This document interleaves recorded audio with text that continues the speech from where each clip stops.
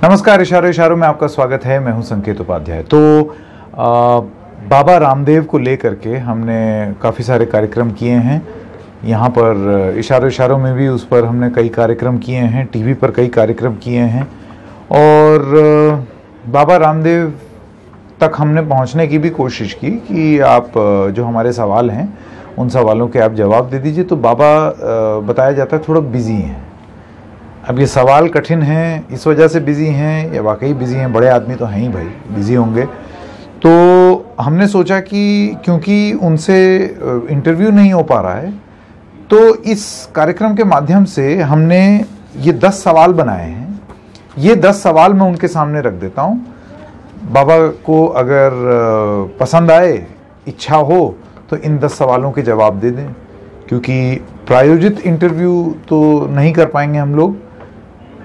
तो सवाल तो लेकिन पूछने बनते हैं। तो सवाल कुछ इस प्रकार हैं और एक सवाल सरकार के लिए भी है, वो बाद में बताएंगे।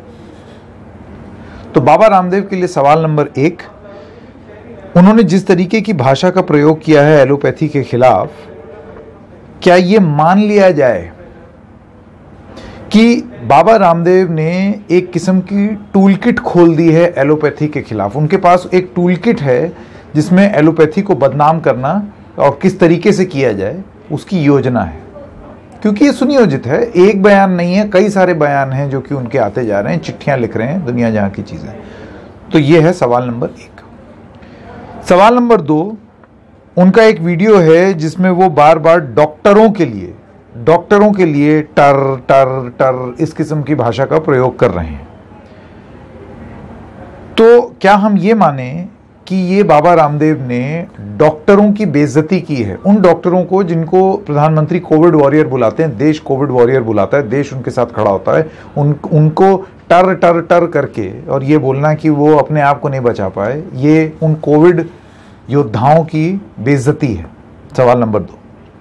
सवाल नंबर 3, अपने एक स्टेटमेंट में उन्होंने ये बोला था कि कई डॉक्टर्स जो हैं वो मर गए वैक्सीन लगाने के बावजूद।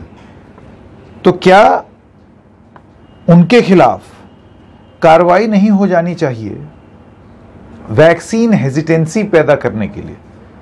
और तो लोग अगर बोलते हैं तो सरकार ये बोलती है ना कि आप वैक्सीन के प्रति आप भ्रम पैदा कर रहे हैं।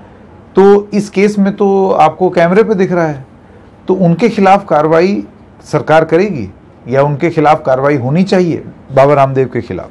ये तीसरा सवाल। चौथा सवाल, और ये बाबा रामदेव से भी है और सरकार से भी है, जो मैं आपको पहले ही बता दिया था। केंद्र सरकार फलाना भ्रम पैदा कर रहा है, ढिमकाना भ्रम पैदा कर रहा है, इसकी टूल किट, उसकी टूल किट, इस पर कार्रवाई, इस पर पुलिस, सब कुछ करती है। यहां बाबा रामदेव खुलेआम एक साइंटिफिक टेम्परामेंट को चुनौती दे रहे हैं। यहां बाबा रामदेव खुलेआम वैक्सीन हेजिटेंसी पैदा करते हुए दिख रहे हैं। तो क्या सरकार उनके खिलाफ एक्शन लेगी या वो बच जाएंगे क्योंकि उनके मंच पर बड़े बड़े मंत्री आते हैं? सरकार अगर टूल किट और भ्रम पैदा करने वालों पर एफआईआर करती है, उनके ऑफिस पहुंच जाती है, सब कुछ करती है, तो यहां पे भी तो किया जा रहा है। एक्शन लेंगे क्या बाबा रामदेव? जो भी कानूनी कार्रवाई होगी उसका पालन करेंगे? सरकार उनके खिलाफ एक्शन लेगी? ये हमारा चौथा सवाल है। पांचवा सवाल, एक वीडियो आया जिसमें बाबा रामदेव, एक तथाकथित वीडियो है जिसमें बाबा रामदेव ये कह रहे हैं कि कोई बाप भी अरेस्ट नहीं कर सकता उनको। ये कॉन्फिडेंस बाबा रामदेव को कहां से आ रहा है? क्या ये इसलिए आ रहा है क्योंकि उनके मंच पर बहुत सारे नेता, नामी गिरामी नेता और मंत्री रहते हैं, इस वजह से उनको कॉन्फिडेंस है कि कोई उनका बाल भी बांका नहीं कर सकता? छठा सवाल, उनके खिलाफ इस बात पर एक्शन क्यों न लिया जाए कि वो बार बार कोरोनिल की गोली को प्राथमिक उपचार की तरह बेच रहे हैं कोविड-19 का, जबकि वो प्राथमिक उपचार नहीं है। आयुष मंत्रालय ने साफ साफ कह दिया है कि कोरोनिल जो उनकी दवाई है वो सपोर्टिव मेडिसिन है, वो प्राथमिक उपचार नहीं है। तो क्या इस पॉइंट पर उनके खिलाफ कार्रवाई होनी चाहिए कि उन्होंने ये भ्रम क्यों फैलाया जानते हुए भी? सातवां सवाल, खुदा न खास्ता, भगवान न करे एक ऐसी स्थिति आ गई, भगवान न करे, मैं देखिए टचवुड भी कर रहा हूं यहां पर, आपको दिखाई नहीं दे रहा होगा, भगवान न करे बाबा रामदेव को उपचार के लिए अस्पताल की नौबत आए। तो अपनी इन पोजीशंस को लेकर के, जिसमें वो एलोपैथी की बुराई कर रहे हैं, जिसमें वो डॉक्टरों की बुराई कर रहे हैं, क्या वो उपचार के लिए मना कर देंगे? क्या वो नहीं करेंगे? अपनी कोरोनिल से ही इलाज करवाएंगे, डॉक्टरों पर भरोसा नहीं करेंगे? यह है 7वां सवाल। 8वां सवाल है कि क्या यह सच है कि आप एलोपैथी के खिलाफ सिर्फ और सिर्फ इसलिए गए क्योंकि आप अपनी कोरोनिल की गोली बेचना चाहते थे?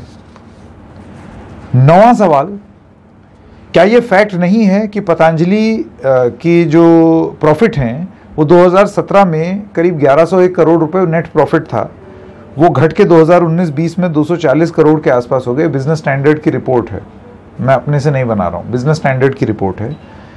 क्या इस वजह से आप ये सब कर रहे हैं कि बैलेंस शीट सुधर जाए? यही है हमारा 10वां सवाल कि आपने क्या ये पूरा बखेड़ा इसलिए खड़ा किया है ताकि आपकी बैलेंस शीट बेहतर हो सके, ना कि आपको कोई विशेष प्यार है आयुर्वेद के लिए? तो ये हमारे 10 सवाल हैं योग गुरु स्वामी रामदेव के लिए। आप अगर इंटरव्यू देंगे तो ये 10 सवाल मैं आपसे पूछना चाहूंगा, आपका जवाब चाहूंगा। और भी सवाल, आपने 25 सवाल आईएमए से पूछे, 10 एक मेरे भी हैं, इसमें से कुछ और जोड़ देंगे अगर आप जवाब देना चाहें। और एक सवाल सरकार से भी है कि लोगों के भ्रम पैदा करने पे और टूल किट खड़े करने पे तो आप एफआईआर कर लेते हैं और कार्रवाई कर लेते हैं, यहां कार्रवाई करेंगे क्या? या यहां बाबा रामदेव इसलिए बच जाएंगे क्योंकि वो बहुत प्रसिद्ध हैं और बहुत रसूखदार हैं और कई नामी गिरामी हस्तियां इस सरकार में उनके मंच पर दिखती हैं? तो आज इशारों में बस इतना ही। हम फिर मिलेंगे किसी और मुद्दे के साथ, तब तक के लिए नमस्कार।